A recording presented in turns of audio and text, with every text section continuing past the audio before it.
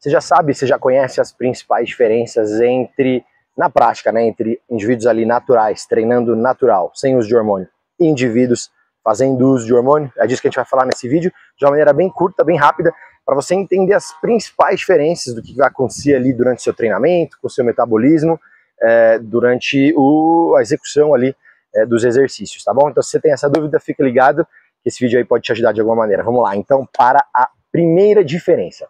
A primeira diferença, e tem tudo a ver com hipertrofia, ganho de massa, e aí ganho de massa perde mais gordura, na verdade, é a síntese proteica, a capacidade de sintetizar proteína no nosso metabolismo. Ou seja, indivíduos naturais têm uma capacidade X, relativamente ali limitada, né?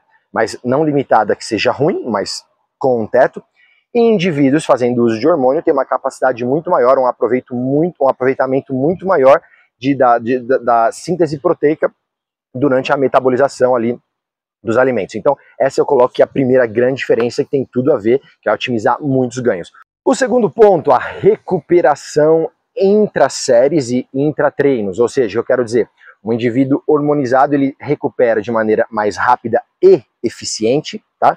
Importante essa palavra aqui, não só mais rápida, mas mais eficiente, tanto entre as séries, né? Então, entre a segunda e a terceira série lá do supino, entre a terceira e a quarta série ali do agachamento, ele recupera de uma maneira mais rápida, como ele também vai recuperar entre os treinos, ou seja, o indivíduo que treinou segunda, natural, talvez ele esteja apto ali a treinar 100%, né? Se ele treinou de maneira intensa no sábado ou na sexta, e aquele indivíduo hormonizado vai conseguir estar ali já mais recuperado dias antes, ou um dia antes que seja, do que comparado com o indivíduo natural. Então a recuperação entre as séries e também entre os treinos é diferente. A capacidade força, né? Obviamente, indivíduos ali fazendo uso de hormônio vão desenvolver de maneira muito mais rápida e também mais eficiente essa capacidade força, visto que eles estão treinando de maneira correta ali, eficiente, porque existem muitos indivíduos também, que a gente sabe, infelizmente, mesmo fazendo uso de hormônios, continuam treinando, se alimentando praticamente da mesma maneira. Então a gente não está falando aqui desse indivíduo, a gente está falando de uma pessoa fazendo uso de hormônios, mas se alimentando bem e treinando de maneira muito intensa.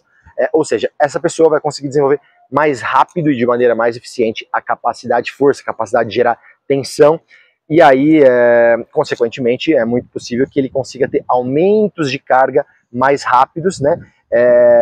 Com uma progressão muito mais rápida do que um indivíduo natural, o que muitas vezes pode ocasionar o surgimento de lesão. Não é isso que a gente vai falar aqui hoje nesse vídeo, mas como você não respeita tanto, né, você não tem o tempo de progressão de carga, porque o aumento de força foi muito grande em um espaço curto de tempo, é possível em alguns casos o surgimento de lesões, por exemplo em tendões, em alguns casos em ligamentos, mas elas estão mais associadas aí à musculatura envolvida e os tendões, tá?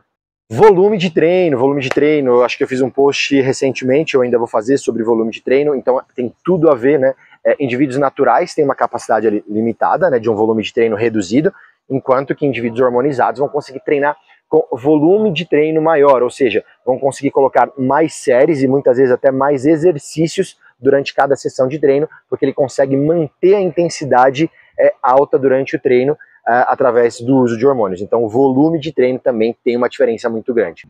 E aí, né, falando de outra variável, a gente falou da variável volume, vou falar aqui consequentemente da intensidade, né? O indivíduo hormonizado vai conseguir, mesmo se a gente pensar que os dois indivíduos estão trabalhando com o mesmo volume, ou seja, o mesmo número de séries e o mesmo número de exercícios, o indivíduo hormonizado vai conseguir manter uma intensidade ali mais contínua durante todo o treino, enquanto que o indivíduo ali natural, durante a metade do treino para o final, naturalmente, claro, isso é um processo normal, a capacidade dele de manter a intensidade muito alta vai acabar, e é por isso que você tem que controlar muito bem o volume do seu treino para não exagerar no número de séries e no número de exercícios. Eu coloquei aqui no nosso top 6, top 7 aqui de diferenças, lesões, mas não necessariamente isso é uma coisa que muitas vezes atua até de maneira indireta, mas só para vocês entenderem, eu falei agora há pouco sobre lesões, como esse indivíduo consegue treinar numa intensidade muito mais alta, é claro que ele se coloca ali num risco de ter algum tipo de lesão maior do que o indivíduo natural. Além disso, pelo fator das cargas, né? O aumento de carga ele é muito mais rápido, ele é muito maior, ele é substancial, então por isso. Mas não necessariamente, isso é um pouco indireto, porque indivíduos naturais, muitas vezes, sem grande consciência corporal, podem também ter lesões ali durante os exercícios, mesmo sem fazer uso de hormônio, tá? E para fechar aqui agora, a gente vai falar das principais diferenças ali em relação à dieta, ao rango, à comida. Indivíduos naturais têm que tomar muito mais cuidado com o planejamento, sobretudo o planejamento calórico ali do plano alimentar. O que eu estou falando? Né? Se é um indivíduo ali que quer ganhar massa, ele vai estar trabalhando com superávit calórico, certo? Isso aí já está claro, todo mundo já sabe. É preciso que a gente tenha muito mais cuidado em não estourar muito as calorias. Então, por exemplo, a gente vai dar um superávit para ele de 200, 300, 400 calorias de superávit, para que, né, a gente consiga ir acompanhando o aumento de força e o aumento de volume muscular e o aumento de gordura. Então não é possível assim a gente jogar grandes excessos ali de caloria, porque há uma grande chance desse indivíduo acumular gordura. Já o indivíduo hormonizado, a gente consegue abusar um pouquinho mais, sem grandes medos ali, sem grandes riscos de ter um acúmulo de gordura. É possível trabalhar tranquilamente aí com um superávit de 400, 450 até 500 calorias, atletas trabalham aí até com 700, 1000 calorias de superávit, porque o controle ali, né, de gordura, ele fica um pouco mais fácil de gerir, né, porque a síntese proteica ela é muito mais alta, e o indivíduo metaboliza a gordura de maneira muito mais eficiente e mais rápida. Então é possível que você consiga ter esse controle maior em indivíduos hormonizados.